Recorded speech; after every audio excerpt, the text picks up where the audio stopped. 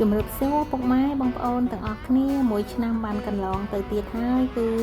រីករាយថ្ងៃចូលឆ្នាំខ្មែរហើយថ្ងៃចូលឆ្នាំខ្មែរនេះតើបងប្អូនទាំងអស់គ្នាបានធ្វើដំណើរកម្សាន្តទៅលេងទីណាខ្លះឬមួយក៏បងប្អូននៅជួបជុំមិត្តភ័ក្តិគ្រួសារឆ្នាំនេះគឺក្តៅខុសពីធម្មតាអញ្ចឹងបងប្អូនមួយចំនួនក៏គាត់អត់ចង់មានផែនទៅដើរលេងណាដែរគឺគាត់ចង់ជុំគ្រួសារគាត់នៅផ្ទះធ្វើអីញ៉ាំជុំគ្នាដើម្បីជុំបងប្អូនព្រោះរយៈពេល1ឆ្នាំនេះគឺជារយៈពេល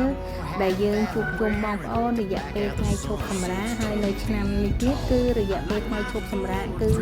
ចំពេលថ្ងៃអង្គារថ្ងៃពុធនិងថ្ងៃប្រហ័នអញ្ចឹងបងប្អូនមួយចំនួនទៀតក៏គាត់ដាក់ថ្ងៃឈប់សម្រាកនៅថ្ងៃច័ន្ទឬក៏ថ្ងៃពហុមួយទៀតដើម្បីឲ្យការឈប់សម្រាកមានរយៈពេលយូរចំពោះខ្ញុំក៏ដូចគ្នាដែរគឺខ្ញុំបានដាក់ថ្ងៃឈប់សម្រាកនៅថ្ងៃច័ន្ទហើយនិងថ្ងៃសុក្រអញ្ចឹងការឈប់សម្រាកនៅរយៈពេលចូលឆ្នាំខ្មែរនេះគឺយូរអញ្ចឹងហើយខ្ញុំក៏ធ្វើដំណើរទៅលេងទីក្រុងភ្នំពេញទៅលេង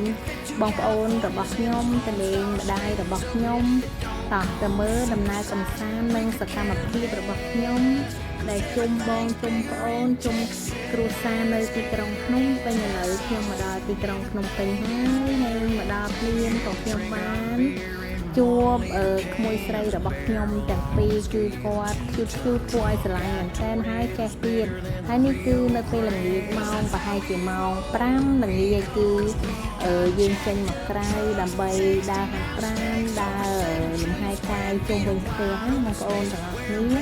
បន្ទាប់មកទៀតបន្ទាប់ពីយើងដើរជុំវិញផ្ទះហាត់ប្រាណហើយនេះគឺជាទស្សនីយភាពនៅក្នុងបរិយារបស់គេដែលនៅតាមមុខផ្ទះអីហ្នឹងគឺគេដើរលេងតាមតំបន់រមណីយដ្ឋានណាមួយគឺការសប្បាយឬក្តីសុខរបស់យើងទេតែសំខាន់ហ្នឹងគឺអ្វីដែលជាក្តីសុខរបស់យើងហ្នឹងគឺផ្លូវចិត្តពិតប្រាកដរបស់យើងដែលយើងបានជួបក្រុមគ្រួសារបានរីករាយព្រោះថាក្នុងរយៈពេលមួយថ្ងៃហ្នឹងម្នាក់គឺរវល់មែនតើពេលខ្លះមិនជារវល់អីខ្លាំងៗគឺម្នាក់កាន់តែទូរស័ព្ទមើលអីអញ្ចឹងណាអញ្ចឹងការជួបជុំគ្នាហើយនឹងការនិយាយគ្នាគឺមានតិចមែនតើអញ្ចឹងហើយនេះគឺពួកខ្ញុំនាំគ្នាដើរលំហែកាយនៅពេលល្ងាចអញ្ចឹងទៅក៏បានជួបជុំគ្នានិយាយគ្នាតាមលក្ខណៈបងប្អូនមីងអីអញ្ចឹងដែលយើងបែកគ្នាយូរអញ្ចឹងណាហើយទូរស័ព្ទហ្នឹងក៏យើងទុក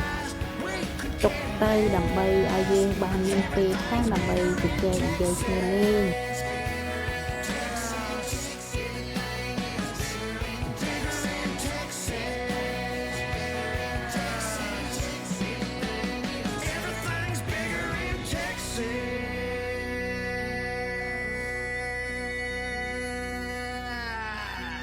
Don't mess with Texas. You know what I'm talking about? Don't mess with Texas. Yeah, you all come back now. You hear?